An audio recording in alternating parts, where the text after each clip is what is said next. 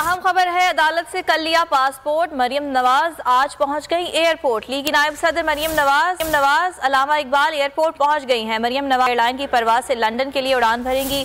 इंतजार नहीं हो रहा था कि कब लंदन जाऊंगी। मरियम नवाज ने मीडिया से गैर रस्मी गुफ्तगू की है और मरियम नवाज की जानिब से ये कहा गया कि उन्हें इंतजार नहीं हो रहा था कि वो कब लंदन जाएंगी। और इससे पहले मरियम नवाज की जानिब से बयान दिया गया कि उन्हें अगर पासपोर्ट ट्रे में रखकर भी दिया जाएगा तो वो लेने से इनकार कर देंगी। ताहम गुज़िश्ता रोज़ उन्हें पासपोर्ट मिल गया और आज वो लंदन उड़ान भरने के लिए तैयार हैं। वो अपने शौहर के हमरा आज लंदन जा रही हैं। 10 बजे की उनकी फ़्लाइट है और इस वक्त वो अल्लामा इकबाल इंटरनेशनल एयरपोर्ट पर मौजूद हैं, जहां उन्होंने सहाफ़ियों से गैर रस्मी गुफ्तगू की है।